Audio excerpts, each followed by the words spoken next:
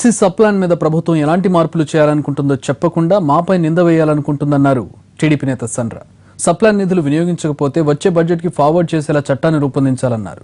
SC corporation నుంచి ఎన్ని రుణాలు ఇస్తారో చెప్పకపోతే ఫిబ్రవరి 4న జరిగే సమావేశానికి తాము హాజరు కాబోమన్నారు సండ్ర. ఈ డిమాండ్ల మీద ప్రభుత్వం యొక్క వైఖరి మాకు తెలియజెప్తే మేము నెక్స్ట్ సమావేశాలకు రావాలా లేదా ఆలోచించుకోవడం చెప్పడం జరిగింది. దాంతో పాటుగా 2000 ప్రభుత్వం అధికారంలోకి వచ్చిన ఈ 30 నెలల కాలంలో సప్లాన్ నిధులు ఎంత దారి మళ్లించారు, సప్లాన్ నిధులు ఏ రంగాలకు ఖర్చు పెట్టారు, ఈ మొత్తం కూడా మాకు నివేదిక ఇవ్వాలని చెప్పి మేము డిమాండ్ చేయడం జరిగింది. ప్రభుత్వానికి భజన కొట్టేదానికోసం ఎవరు లేవు, ఎవరికి భయపడే లేవు. దళితుల యొక్క ఆత్మగౌరవం కాపాడేదానికోసం, దళితుల యొక్క జరుగుతున్న ఈ అన్యాయాన్ని ఎదిరించే దానికోసం అసెంబ్లీ వేదికనే మాట్లాడాం.